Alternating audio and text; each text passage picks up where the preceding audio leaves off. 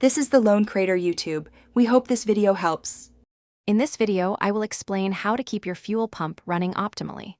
To begin, understand that proper fuel pump function is crucial for your vehicle's performance and longevity. We'll cover key maintenance practices and warning signs to help you avoid unexpected issues.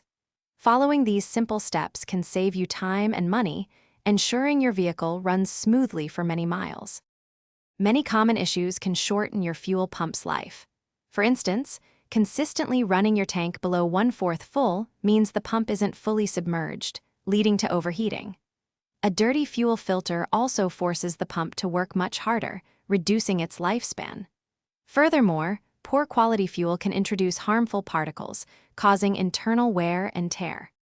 To keep your fuel pump in top condition, always try to maintain at least 1/4 of a tank of fuel. This helps keep the pump cool and lubricated.